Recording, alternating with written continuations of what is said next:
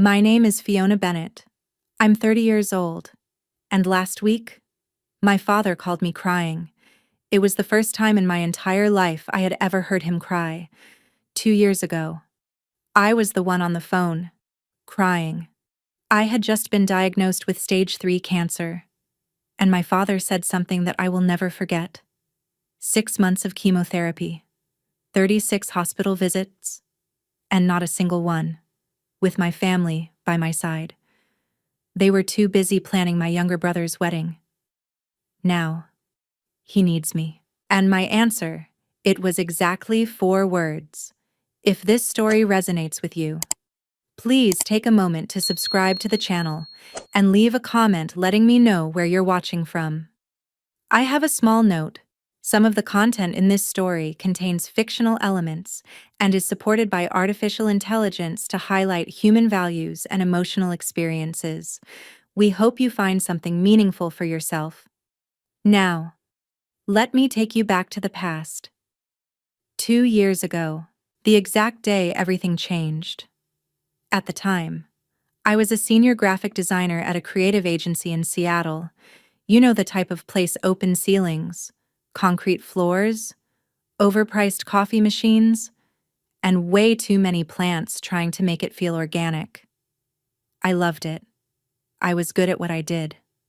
I had worked my way up from an unpaid intern to senior designer in just under 5 years. No shortcuts, no connections, no help. Everything I had, I built myself. I lived in a small 1-bedroom apartment in Capitol Hill.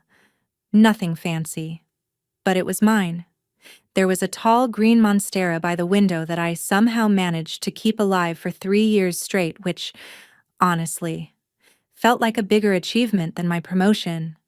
My life was simple, structured, predictable. Coffee at 6:30, gym 3 times a week, dinner every Thursday with my best friend, Lila. That Wednesday started like any other. I was deep into a campaign for a tech startup client. Tight deadline, endless revisions. My laptop was buzzing every few seconds with notifications. I was completely locked in. Then my phone rang. Unknown number. I almost ignored it. I really should have, but something, I don't know what, made me pick up. Miss Bennett, this is Dr. Collins's office. We have your biopsy results. I remember everything about that moment. The taste of my coffee cold, because I hadn't touched it in over an hour. The way the afternoon light reflected off the glass wall in the meeting room. And this strange, sinking feeling in my chest.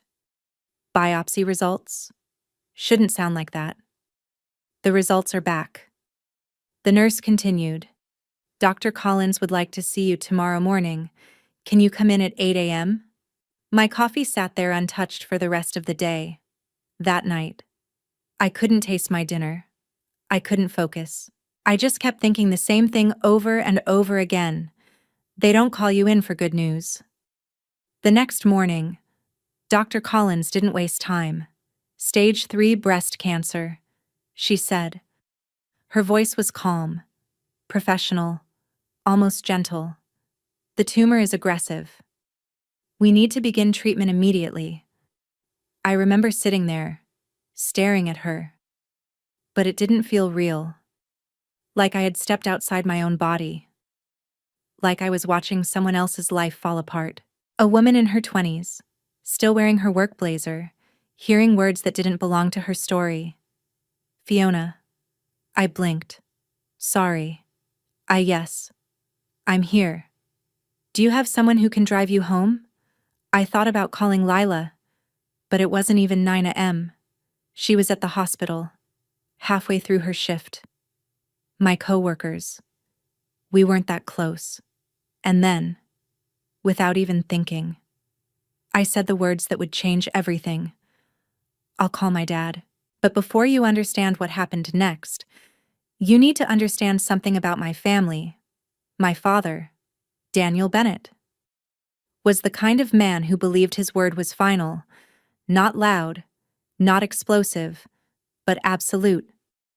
The kind of quiet authority that made everyone else bend without even realizing they were doing it. Growing up, we didn't argue with him. We didn't challenge him. We adjusted. That was the rule in our house. And even after years of feeling like I came second, I still reached for him in that moment. Because when everything falls apart, you call your father, at least. That's what I believed. I stepped out of the oncology office, my legs barely steady beneath me, and found an empty bench in the hallway. The hospital felt too bright, too clean, too normal for what had just happened. My hands were shaking so badly it took me 3 tries to unlock my phone and tap his name. It rang twice. "Fiona, what is it? I'm a little busy right now." His voice was calm, slightly impatient. I swallowed hard, trying to steady myself, but before I could speak, something inside me hesitated. Maybe I should explain my family first. My younger brother, Ethan, is 2 years younger than me. But if you saw how my parents treated us, you'd think he was the center of the universe and I was just background noise. Ethan got everything. Private school, no questions asked. A brand new car at 18. A fully paid tuition at a top university, not because he earned it, but because my father simply decided it was worth it. Me, I was told that spending too much on a girl's education didn't make sense. I graduated with nearly $90,000 in student loans from a state college. When Ethan landed his first job, my parents hosted a dinner with extended family to celebrate him. When I got promoted to senior designer after years of grinding, my mom sent me a single message, a thumbs-up emoji. Ethan had just gotten engaged to Olivia. She was nice enough, polite, perfectly styled, worked in corporate HR. The kind of person my parents loved because she fit neatly into the image they cared about. Their wedding was set for October, 4 months away, and it had completely consumed my family. Every phone call, every dinner, every conversation revolved around that wedding. My mom had a planning board filled with hundreds of saved ideas. My dad was obsessed with venues, catering, guest lists. It was like nothing else in the world existed. "Dad," I finally said into the phone, my voice cracking despite my effort to stay composed. "I just came from the doctor." Silence. "I have cancer," I said, forcing the words out before I lost the courage. "Stage 3. I waited. I could hear his breathing on the other end, somewhere in the background. My mother's voice drifted in, asking him something. "Dad? Did you hear me?" More silence. Then finally, he spoke. "We're going to have to talk about this another time." The words hit me, but something about the way he said it felt off around that time. I started taking screenshots of everything. At first, I told myself it was just to keep track of details. Chemo brain was real. People said you forget things. But deep down, maybe I already knew I would need proof one day. "Dad," I said again, slower this time, as if clarity might change his response. "I have cancer. The doctor says it's stage 3. I need to start chemotherapy right away. I'm really scared." My voice broke completely. Tears blurred my vision as they ran down my face. I turned toward the wall, pressing the phone tighter to my ear, waiting for him to say the words I needed. "Come home. We'll handle this together. You're not alone." Instead, nothing. 5 seconds. 10. Then his voice came back. Colder now. "Fiona, listen, your mother and we can't deal with this right now." I stopped breathing. "Your brother's wedding is in 4 months. There's a lot going on. We can't take this on at the moment." I felt something inside me crack. But he kept going. "You've always been strong, independent. You'll figure it out." That tone. The one that meant the conversation was over. "I have to go," He added, "Ethan and Olivia are coming over. We need to finalize the venue deposit." And then the line went dead. I didn't move. I just sat there on that bench for what felt like forever. People walked past me, doctors, nurses, families holding hands, whispering, comforting each other. No one stopped. No one noticed. I was just another person sitting in a hospital hallway, having the kind of day that divides your life into before and after. I wanted to call him back. I wanted to scream, "Your daughter might be dying. A wedding is one day. Cancer is every single day after that." But I didn't. I just stared at my phone, opened the call log, and took a screenshot. 8:47 a.m. Duration 2 minutes, 31 seconds. Then I created a folder, and I named it one word: family. That was the last time I called my father for 2 years. On the first day of chemotherapy, I drove myself to the hospital. The infusion center was on the 4th floor. A wide, quiet room filled with reclining chairs arranged in a loose semicircle. Each one had an IV stand beside it and a small screen mounted on an adjustable arm. It looked like a place that was trying very hard to feel comforting, without actually understanding what comfort meant. I checked in, signed the paperwork, and was assigned to chair number 7. The nurse who came over introduced herself as Marlene. She had soft gray eyes and reading glasses hanging from a thin chain around her neck. Her voice was gentle in a way that made you feel like she had done this 1,000 times. First time she asked as she prepared the IV. I nodded. "It's okay to be nervous, sweetheart," she said quietly. "Most people bring someone with them." I glanced around the room. She was right. In chair 3. A man sat close beside his wife, holding her hand the entire time, whispering things that made her smile even as the medication flowed into her veins. In chair 5. A teenage boy leaned back with his eyes closed while his mother read to him softly from a paperback novel. In chair 9. An elderly man sipped from a thermos while his daughter adjusted his blanket with practiced care. And in chair 7, there was just me. I pulled out my phone and texted my mother, "Starting chemo today. I'm scared." I stared at the screen for a while after sending it, watching the typing indicator that never came. 6 hours later, I was back home, curled up on the cold tile floor of my bathroom, shaking from nausea I hadn't been prepared for when her reply finally arrived. "Hang in there. Sweetie, I'm at the florist with Olivia picking centerpieces. Do you think lilies or roses look better?" I read the message once, then again. Then I took a screenshot and added it to the folder. After that, I typed back, "Roses are nice." I didn't tell her that I had spent the last hour dry heaving until my throat burned. I didn't tell her I had to pull over twice on the drive home because my vision kept blurring. I didn't tell her anything real. There didn't seem to be a point. I met Lila Carter during my 3rd chemotherapy session. She was a nurse practitioner who ran one of the hospital's support programs for cancer patients. The kind of program you usually ignore because you don't think it applies to you. I had seen the flyers for weeks and walked past them every time, until she walked up to me. "You're always here alone," she said, sitting down in the empty chair next to mine like she had every right to be there. Her dark hair was tied back in a simple knot, and she had this steady, direct way of looking at you that made it hard to hide behind polite answers. "I'm fine," I said automatically. She smiled, but it wasn't the kind of smile people give when they're trying to be nice. "I didn't ask if you were fine," she said. "I asked why you're always alone."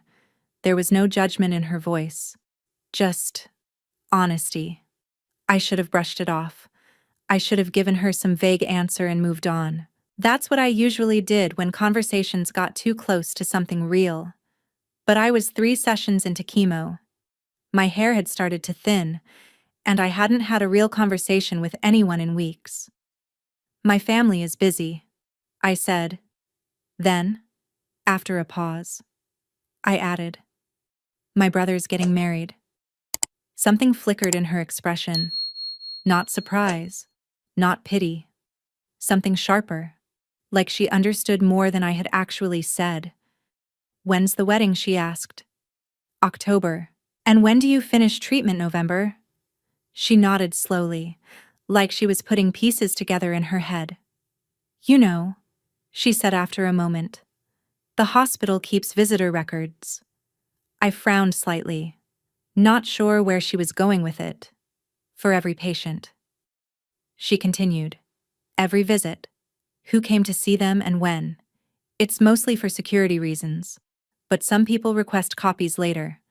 Why? I asked. For different reasons. She said. Some for memories. Some for clarity. I didn't fully understand what she meant. Not yet. But something about the way she said it made me remember.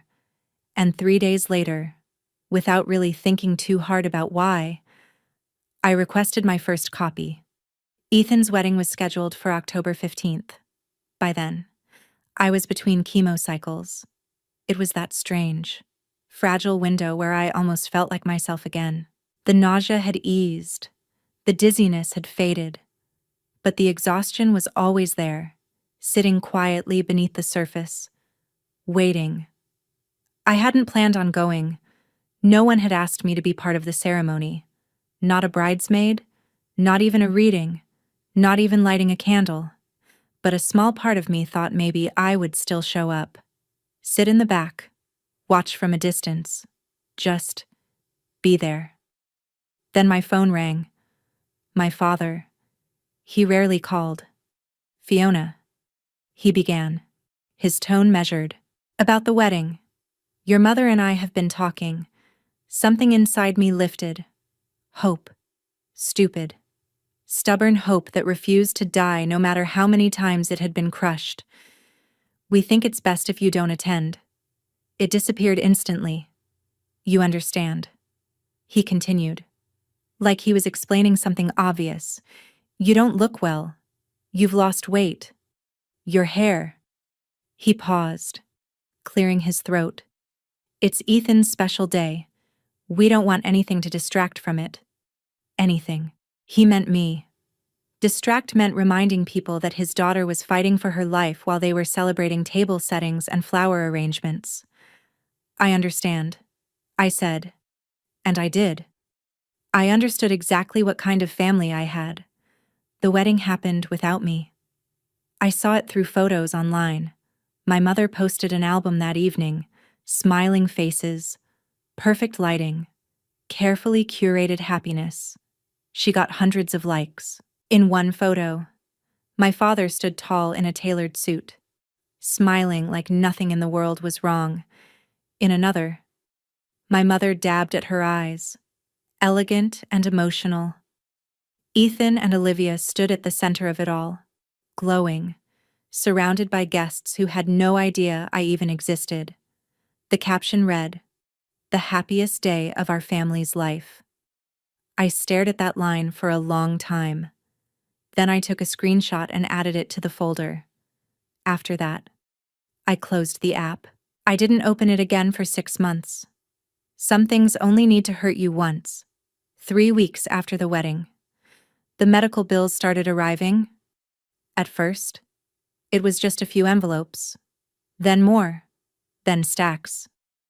My insurance covered a lot. But a lot isn't the same as everything.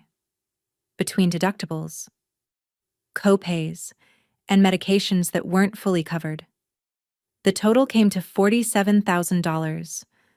$47,000. I didn't have that kind of money. I sold my car. I canceled every subscription I had. I stopped buying anything that wasn't absolutely necessary. I counted every dollar. And when it still wasn't enough, I did the one thing I had promised myself I would never do again. I asked my father for help. Dad, I'm in trouble. I typed. The medical bills are more than I can handle. Could I borrow some money? I'll pay you back. I stared at the message for nearly 20 minutes before sending it. My finger hovered over the screen like I was about to trigger something irreversible, but I was out of options. And desperation has a way of quieting your pride. His reply came 2 hours later. Your mother and I just finished paying for Ethan's wedding. We don't have anything extra right now. Have you considered taking out a personal loan? Your credit should be strong enough. I read it once, then again, then a third time, waiting for anything else. A sorry. We wish we could help. Even just a we love you. Nothing came. $47,000. That was the cost of staying alive, and my family, who had just spent $80,000 on a wedding, couldn't spare a single dollar to help me survive. I took a screenshot, added it to the folder. Then I opened my banking app and applied for a personal loan, 14% interest. It would take years to pay off, but at least I would be alive long enough to try. At least, I hoped I would be. The worst night came after my 4th round of chemotherapy. My doctor had warned me that it would get harder, that the effects would build with each cycle, but nothing prepares you for what that actually feels like. It was 2 a.m. I was on the bathroom floor, shaking so violently my teeth wouldn't stop chattering. My body felt like it was trying to reject itself, like every cell inside me was fighting something I couldn't see. That was the night I lost my hair. Not slowly, not gently. All at once, I woke up and saw it on my pillow. Blonde strands everywhere. The same hair my mother used to braid when I was little. The same hair I had never once imagined losing. I stared at it for a second. Then I crawled to the toilet and started vomiting. Over and over again. Until there was nothing left. And then somehow, my body kept going. At 2:47 a.m., I reached for my phone and called my mother. It rang 8 times. Voicemail. I called again. Voicemail. Again. Voicemail. By 3:15 a.m., I stopped trying. Instead, I texted Lila. I think I need help. She showed up 40 minutes later, still in her scrubs from a late shift. She didn't ask questions, didn't say anything unnecessary. She just sat down on the bathroom floor beside me, gently pulling my hair back from my face, holding what little was left, and she stayed until the sun came up. At 10:23 that morning, my mother finally called back. "Sweetie, you called last night," she said casually. I had my phone on silent. Olivia and I were at the spa. Post-wedding stress. You know how it is. I didn't say anything. "What did you need?" she asked after a pause. I looked over at Lila, who was in my kitchen, quietly making tea like she had done it 100 times before. Then I caught my reflection in the mirror, the hollow cheeks, the pale skin, the uneven patches where my hair had fallen out. Nothing. "Mom," I said softly. It was nothing. "Oh, good," she replied. "Call any time, love you." She hung up before I could answer. I stared at my phone for a long moment, then I opened the call log, took a screenshot, and added it to the folder. That was the moment I finally understood what family meant.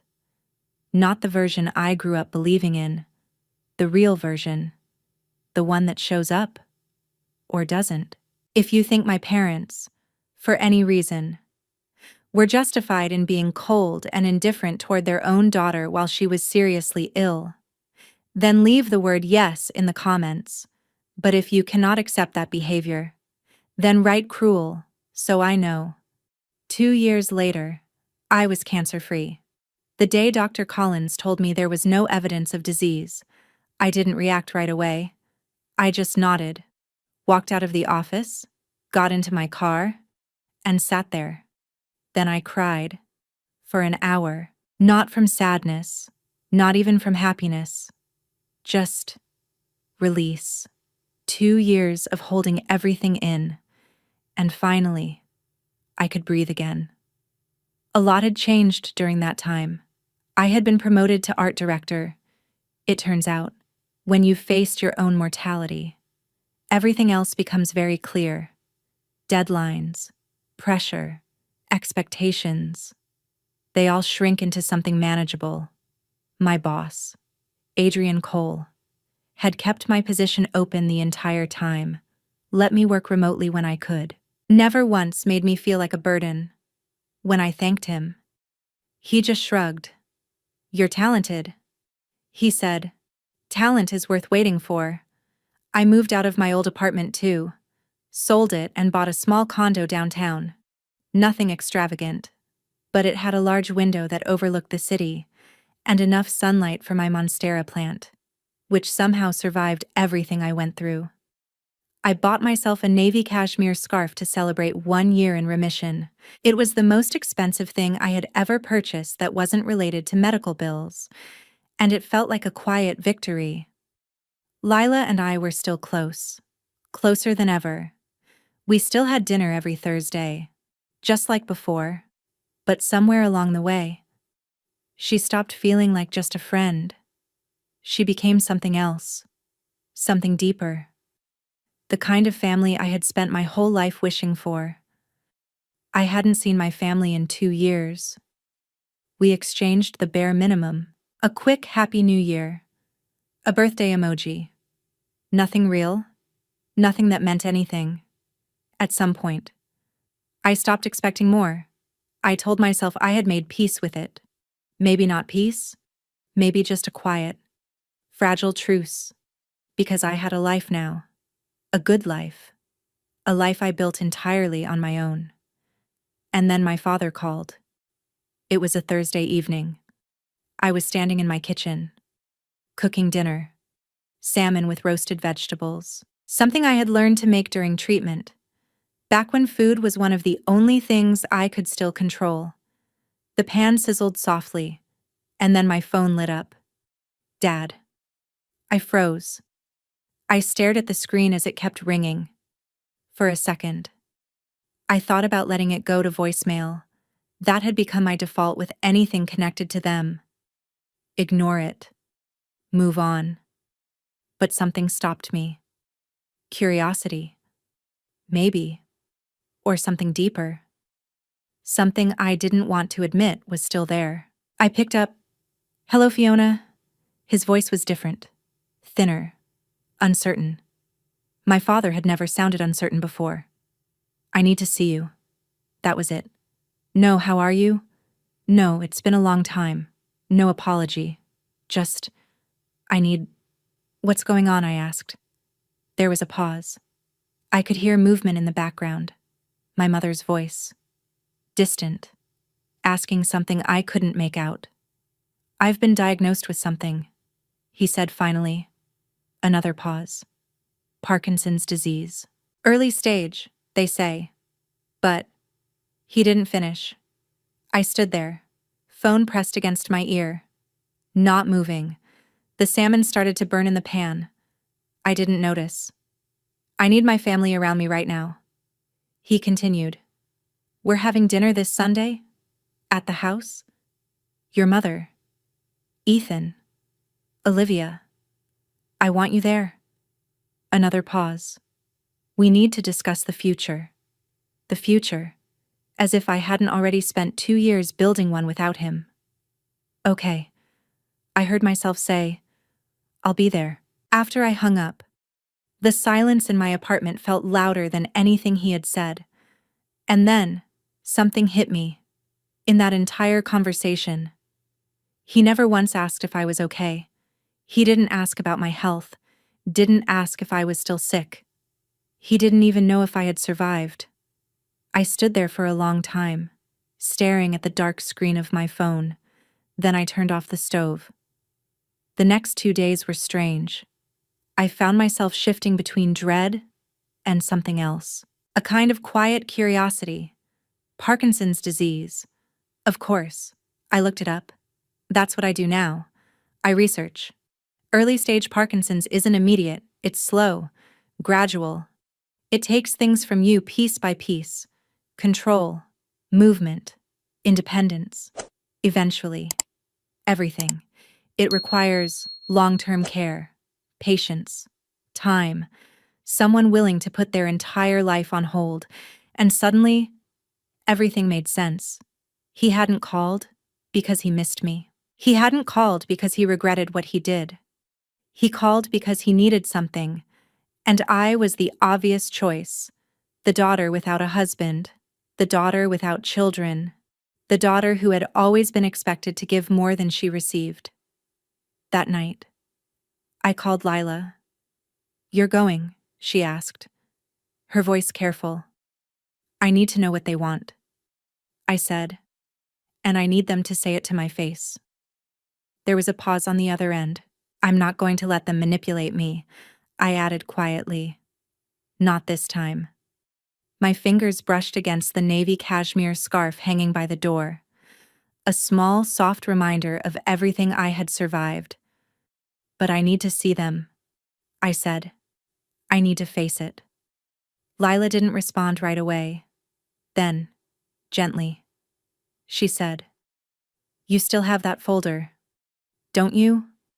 I looked at my phone on the table, the folder named Family, every screenshot, every record, every moment they weren't there. "Yeah," I said softly. "Bring it with you," she replied. "You still have that folder, right? The screenshots, the hospital records." Her voice was careful, measured.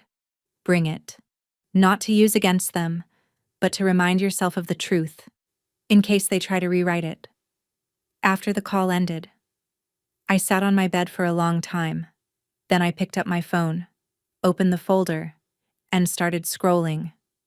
2 years of evidence, messages left unanswered, call logs that ended too soon, medical records with my name at the top, and an empty column where visitors should have been, line after line, date after date. None, none, none. If someone had asked me to describe my family, I could have shown them that folder, because everything was there, not in words, in proof. Sunday came faster than I expected. I got dressed slowly, carefully, not to impress them, but to protect myself. Black slacks, a cream silk blouse, the navy cashmere scarf resting softly over my shoulders. I looked in the mirror. I looked healthy, successful, put together, like someone who had built a life without needing anyone. Before I left, my phone buzzed. "Lila, remember, you don't owe them anything, not a single thing." I read the message twice. Then I locked my phone and walked out the door. The drive to my parents' house took about 40 minutes. Nothing had changed. The same quiet neighborhood, the same perfectly trimmed hedges, the same house, white exterior, black shutters, 3 stories, 5 bedrooms. A lawn so perfectly maintained it didn't even look real. The house I grew up in, the house I never truly belonged to. I sat in the car for a few minutes before getting out. Through the dining room window, I could see movement inside. My mother, probably setting the table, the same fine china, the same polished silverware, everything arranged perfectly. A picture of a perfect family, from the outside. My phone buzzed again. "You've got this," Lila wrote. "You survived cancer. You can survive dinner." I let out a slow breath. She was right. I had faced something much worse than this. I picked up my purse. Inside it, my phone. Inside my phone, that folder. Everything. Then I stepped out of the car and walked up the brick pathway. Each step felt heavier than it should have. I reached the door, pressed the bell. The same 3 notes I had heard my entire life echoed through the house. The door opened. My mother stood there. Her expression was complicated, something between relief and guilt. "Fiona," she said, pulling me into a hug before I could react. She smelled the the same perfume she had worn for years, at every important moment, just not the ones that mattered to me. "You look wonderful," she said, stepping back to look at me. "Come in." I walked inside. The house hadn't changed. Not in 2 years. Not in 20. The dining room was exactly the same.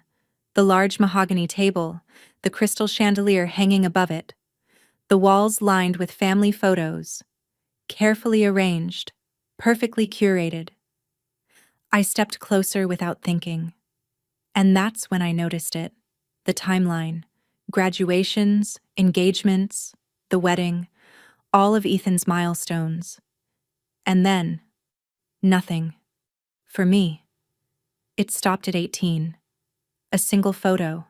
Me in a dress, smiling awkwardly at the camera. Frozen in time. Like I had stopped existing after that. "Fiona." I turned. Ethan stood up from his seat, already walking toward me with a wide smile. Arms open like everything was normal, like nothing had happened. Behind him, Olivia stayed seated, one hand resting gently on her stomach, 5 months pregnant. I had heard through relatives. The next chapter of the family was already on the way. "Ethan," I said, letting him hug me briefly. It felt distant. He felt different too. Softer, comfortable in a way that comes from never having to fight for anything. "You look great," he said, stepping back. "Really great." His eyes flicked to my hair. Shorter now. Still growing back. He didn't comment. At least. He had that much awareness. And then, I saw him. My father. He was sitting at the head of the table, exactly where he had always sat. But something was different. He looked smaller, older, and his left hand. It trembled slightly against the tablecloth. A small movement, one he was clearly trying to hide, but couldn't. When his eyes met mine, I saw something I had never seen before. Fear. "Sit down, Fiona," he said, his voice still firm but no longer unshakable. "We have a lot to discuss." I sat across from Ethan, my posture straight, my purse resting beside me. Inside it was my phone. Inside my phone was everything. Proof. Truth. Dinner was served. The same meal my mother always made for special occasions. Nothing had changed. We ate in silence, the sound of utensils against plates filling the emptiness between us. When the plates were cleared, my father stood, gripping the table slightly for balance. "I'll get straight to the point," he said. "You all know about my diagnosis. Parkinson's. It will get worse. I'll need long-term care." He paused. "We've discussed this as a family." I felt something cold settle in my chest. "Without me. And we believe the best solution is for someone to move back home and take care of me." His eyes locked onto mine. "Fiona, you're the obvious choice. Obvious. Not the best. Not the most willing. Just obvious. You work from home. You don't have a family of your own." He continued. "Your room is already prepared. It's time you come back and contribute." Contribute. As if I had done nothing. As if the last 2 years didn't exist. Ethan nodded, avoiding my eyes. "It makes sense. I've got a baby coming. Work is overwhelming." Of course. Everyone had a reason. I looked at my father, at his trembling hand, at the expectation in his eyes, and I smiled. "Think about what you're asking," I said quietly. "We're not asking," he replied. "We're telling you. You're the daughter. This is what daughters do." The old pressure crept in, the instinct to comply. But that version of me was gone. She had died 2 years ago. Alone. "Before I answer," I said calmly, "I want to ask you something." He frowned. "When was the last time you asked how I was doing?" Silence. "When was the last time you asked if I was even alive?" No one spoke. You say I have a responsibility to this family. I continued. But when I was fighting for my life, where was this family, Fiona? That's not my mother began. No. I want an answer. I held my father's gaze. Do you even know if I'm in remission? Do you know anything about my health? Nothing. You're sitting there, acting like everything is fine. I said. Am I wrong? His expression shifted. Confusion, then discomfort. You had cancer, he said slowly. I had stage 3 cancer. I corrected. The words hung heavy in the air. 6 months of chemotherapy. I lost my hair. I lost weight. I paid $47,000 because you refused to help. He went silent. For the first time in my life.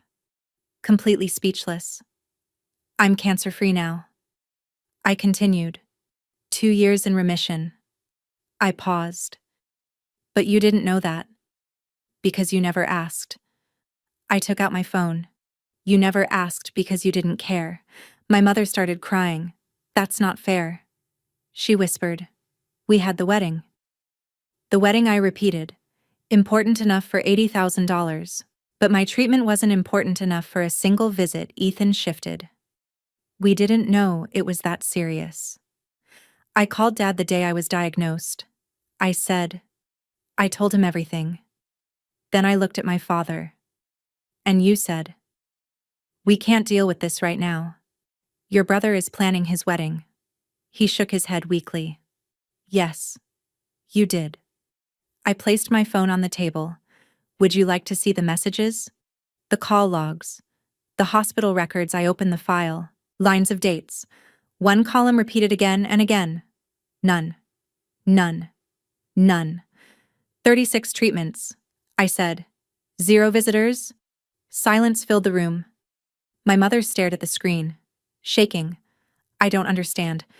Why didn't you tell us? I did. I said. I showed her the messages, the calls, the proof. Ethan's face turned pale. This can't be real. He muttered. It is. I said. This isn't my opinion. This is what happened. I looked at all of them. This is what you did. I took a breath. I don't need an apology. I just need you to remember this. Before you ask me what I'm going to do next. I stood. Because when you've been abandoned by the people who were supposed to protect you, you learn to protect yourself. You learn to keep proof. Because feelings can be denied, but evidence can't. And in that moment, the silence in that room said everything. I had stage 3 cancer. I let the words settle. I went through 6 months of chemotherapy. I lost my hair.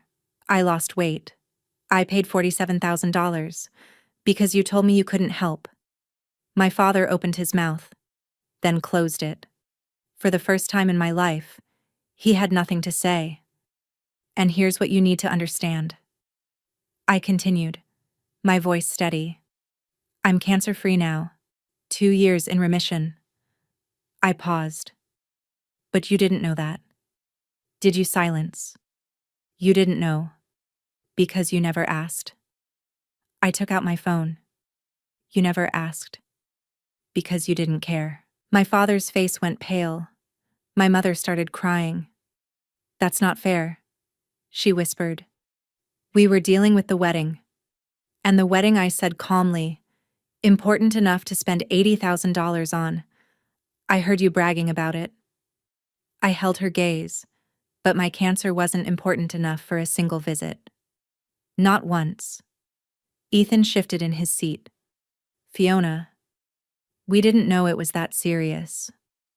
I looked at him. I called Dad the day I was diagnosed.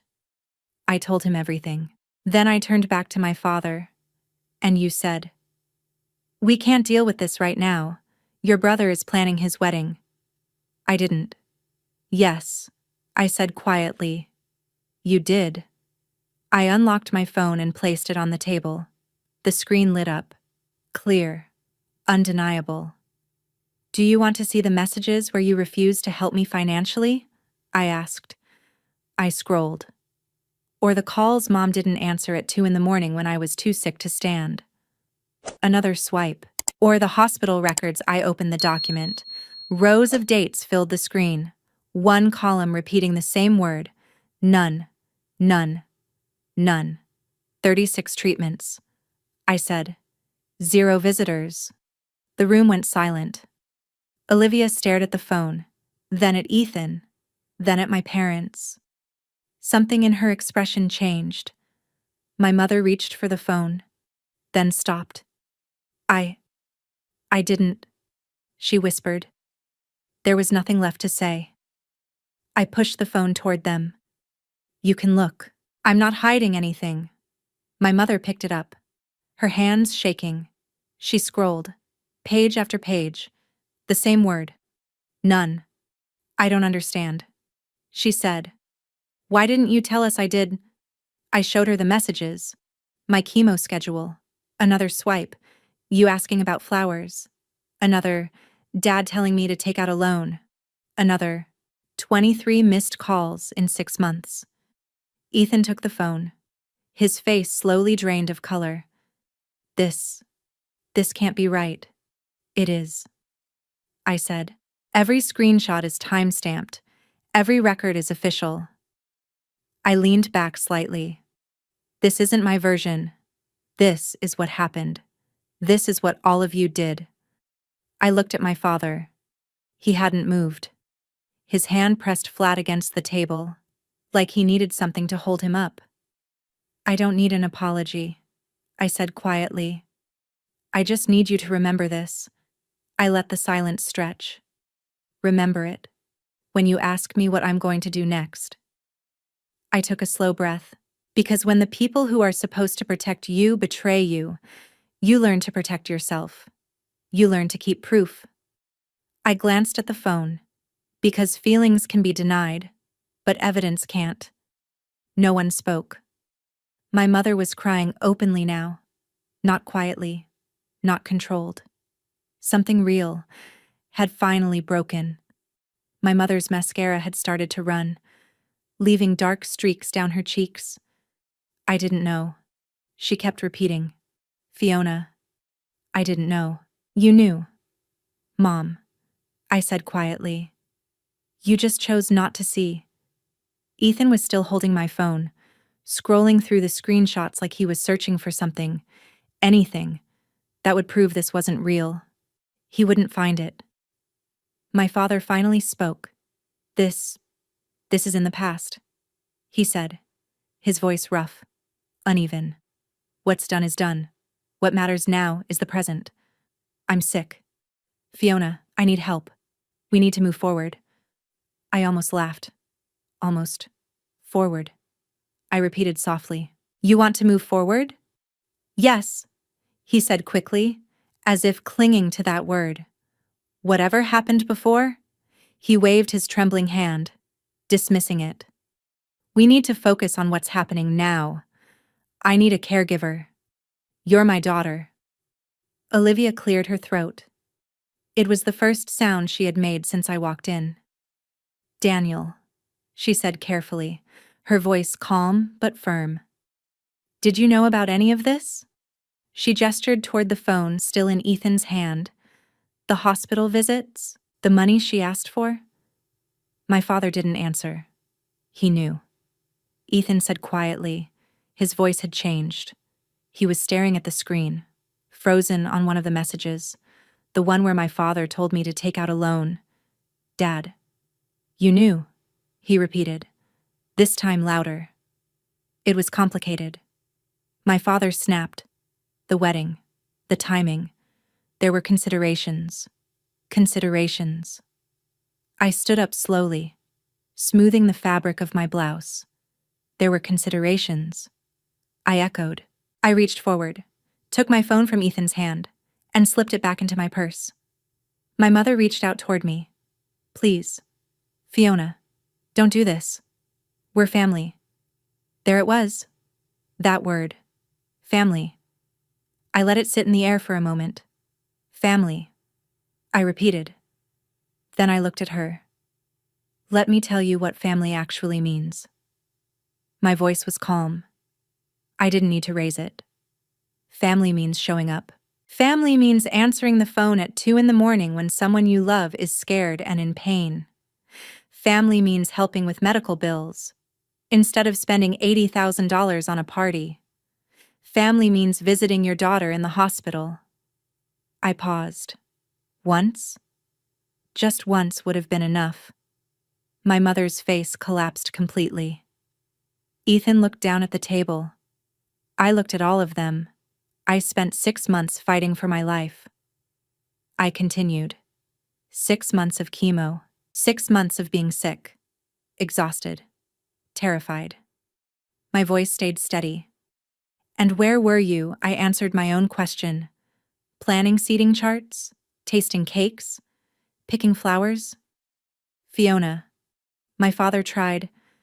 No. The word came out sharper than I intended.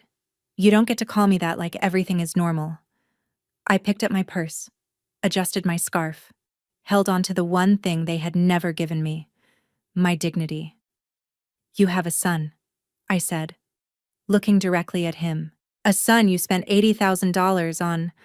A son you never once asked to sacrifice anything. I turned slightly toward Ethan. Why don't you ask him to take care of you? Ethan's head snapped up. I can't, he said quickly. I have responsibilities. So did I. I said. I met his eyes. I had a job. I had a life. I took a breath. I had cancer. And I handled all of it alone, because all of you were too busy. I turned and started walking toward the door. My heels echoed against the hardwood floor with every step. Behind me. I heard it. My father's voice. Broken. Fiona. Please. I stopped. Slowly turned around. He was crying. Not just emotional. Not controlled. Crying. I had never seen that before. Not once in my entire life. Not when his own mother died. Not when anything went wrong. But now. Tears were streaming down his face, his hand trembling as he tried to wipe them away. I'm sorry, he said, his voice cracking.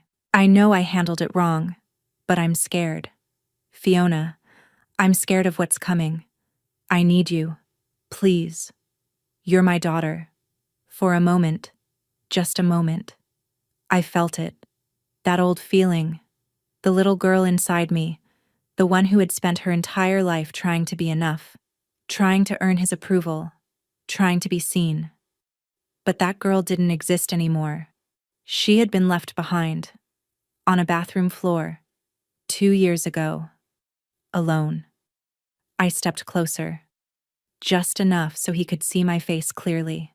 Dad, I said calmly, I hear you, and I understand that you're scared. I paused. But there's something you need to hear. I held his gaze. 2 years ago, I called you. I told you I had cancer. I told you I was terrified. I let the silence settle. And do you remember what you said to me? He didn't answer. He didn't need to. You said, we can't deal with this right now. The words hung in the air.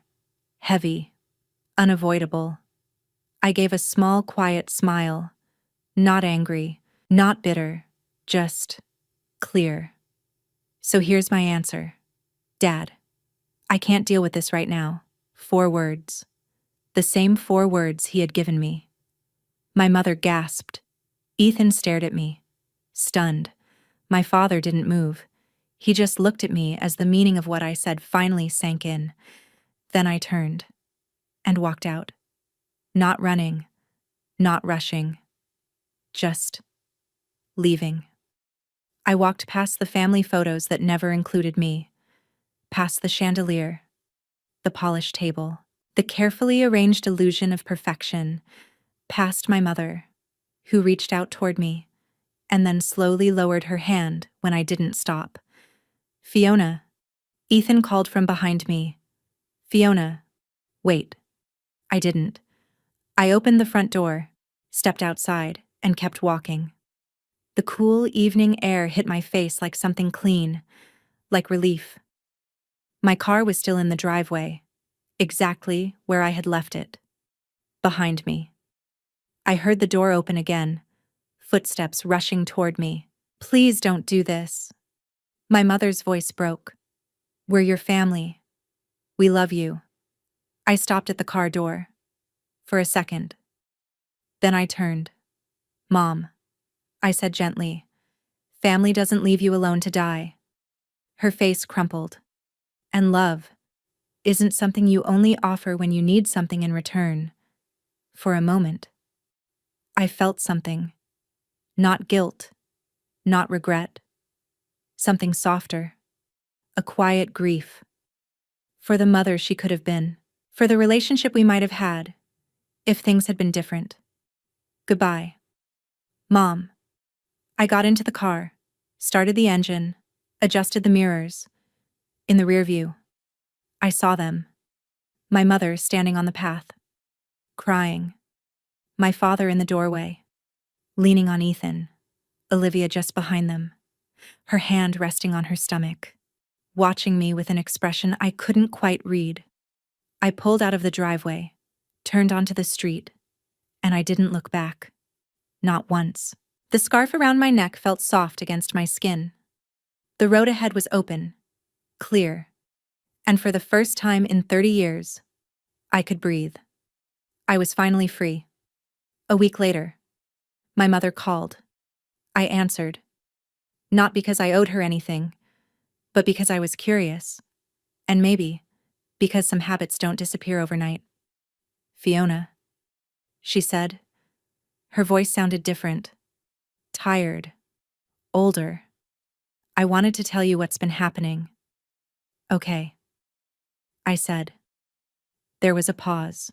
Ethan had to take a leave of absence from work. She continued. Another pause. Your father's condition is progressing faster than expected. He needs help now. Every day. Meals, medication, getting dressed. I listened. Quietly. Ethan is doing it. She added. He didn't really have a choice. With Olivia pregnant, they can't afford a full-time caregiver, and your father refuses to consider a nursing facility. She exhaled slowly. He already missed an important project. His manager isn't happy. There's talk he might lose the promotion he was expecting. I thought about Ethan, the golden child, the one who had never been asked to give anything up, the one who had everything handed to him. Now suddenly, he was being asked to sacrifice. I'm sorry to hear that, I said, and I meant it. Not for him, but for the situation, for the reality that had finally caught up with them. Olivia is struggling. My mother continued. She didn't expect this. They've been arguing a lot. She hesitated. She said something the other day. What did she say? I asked. A long pause. She said, she's starting to understand why you left. I let that sit. Olivia, the quiet observer, she had been watching all along, and now, she was beginning to see. Thank you for telling me, I said. Another pause. Will you come back? My mother asked softly. No, I said. My voice didn't waver, but I hope Ethan figures it out. I ended the call. 3 weeks later, I received a message from my mother. Just one, but it was different from anything she had ever sent before. Fiona, I've been thinking a lot. I owe you an apology. A real one. Not an excuse. I should have protected you when you were sick. I should have stood up to your father. I should have been there. I wasn't. And I have to live with that. I'm not asking you to forgive me. I'm not asking for anything. I just needed you to know. I see it now. I see what we did. And I'm sorry. I read it once, then again, then a third time. This was new. My mother had never taken responsibility for anything. In her world, things just happened. But this was different. I should have. I wasn't. I'm sorry. I didn't reply right away. I sat with it for 2 days. turning it over in my mind. On the third day, I finally wrote back. I appreciate you saying that. I'm not ready to talk yet, but I hear you. Her reply came almost instantly. That's okay. Whenever you're ready. Or never. Whatever you need. I stared at those last 4 words. Whatever you need. 4 words. So simple. So different from the ones I had been given 2 years ago. That Thursday, I showed the messages to Lila over dinner. She read them slowly. Then looked up. How do you feel? I don't know. I admitted. Maybe. A little hopeful. But careful. That's good. She said, squeezing my hand. You don't owe her forgiveness, but you can accept the apology. I know. I said. I'm learning. 2 weeks later, a letter arrived. Handwritten. Uneven. The handwriting of someone whose hands no longer listened. My name was written carefully on the envelope. Fiona Bennett. I carried it around for 3 days before opening it. Lila finally said, just read it. Waiting is worse. She was right. That night. I sat alone with a glass of wine and opened it. My father wrote that he wasn't good at apologizing, that he had made a choice, my brother's happiness over my survival, and that he would carry that for the rest of his life. He said he wasn't asking for forgiveness, not asking me to come back, only that he finally saw it, saw what he had done, saw who I had become without him. He ended by saying he had lost me not because of his illness, but because he failed as a father, and that he was sorry. I folded the letter and put it away. I didn't reply, but I didn't throw it out either. The next day, I showed it to Lila. She read it quietly, then asked, How do you feel? I thought for a moment. Sad, I said. For him, for what we could have had. I paused, but not guilty. I used to feel guilty all the time, for not being enough, not trying hard enough, not being the daughter he wanted, but not anymore. Some people, I said slowly, will never love you the way you need, no matter what you do. Lila nodded, and that's not your fault. I took a sip of wine. I'm not rushing forgiveness. Maybe one day, maybe not. But I'm not forcing it just because he's sick. I looked at the letter on the table. That's my boundary, and you're allowed to have it, she said. If you were in my place, would you forgive and continue loving your family? Right, love, if you would. But if you would choose otherwise. Right. No, so I know. 6 months later, I was still cancer-free. At my last checkup, Dr. Collins used the word thriving. I wasn't sure I believed it at first. But maybe she was right. I had been promoted again. Creative director now. A corner office with a view of the city. My plant was still alive, somehow stronger than ever. I had hired 2 junior designers. I liked mentoring them, guiding them through things I had once faced alone, and I was seeing someone. His name was Daniel. A high school teacher, kind, patient. The kind of person who showed up without being asked. Ryan knew everything about the cancer, about my family, about every version of me that had been broken and rebuilt. He never tried to fix me, never tried to tell me how I should feel or what I should do. He just showed up, consistently, quietly, the way people who truly care about you are supposed to. Lila and I still had dinner every Thursday. That hadn't changed. But everything else had. She had started dating someone too. A surgeon from her hospital named Elena. Confident, sharp, and somehow always laughing at Lila's terrible jokes. The 3 of us would sit around the table sometimes, talking, laughing, sharing pieces of our lives, and without realizing it, we were building something. Not perfect, not traditional, but real. A family. The kind you choose. My mother still texted me every few weeks. Short messages. Mostly, thinking of you. Hope you're doing well. Sometimes I replied. Sometimes I didn't. We weren't close. Maybe we never would be. But we were something. A slow, uncertain kind of progress. My father's condition continued to worsen. He eventually agreed to a part-time caregiver, paid for with money he had spent years saving and protecting. Ethan visited a couple of times a week, out of obligation. I assumed, but maybe, for some families, obligation is the closest thing to love they know. I hadn't seen them since that dinner, and I wasn't sure if I ever would again. And for the first time, I was okay with that. If you're listening to this, if you've made it this far, I want to speak to you directly. Maybe you're where I was 2 years ago, sitting in a hospital room, or in your car, or somewhere quiet where no one can see you fall apart. Maybe the people who were supposed to love you have made it very clear that you are not their priority. And maybe you've been asking yourself the same question I asked for years. Is it my fault if I were better, easier, less complicated? Would they show up for me? I believed that for 28 years. And then I got cancer, and I learned the truth.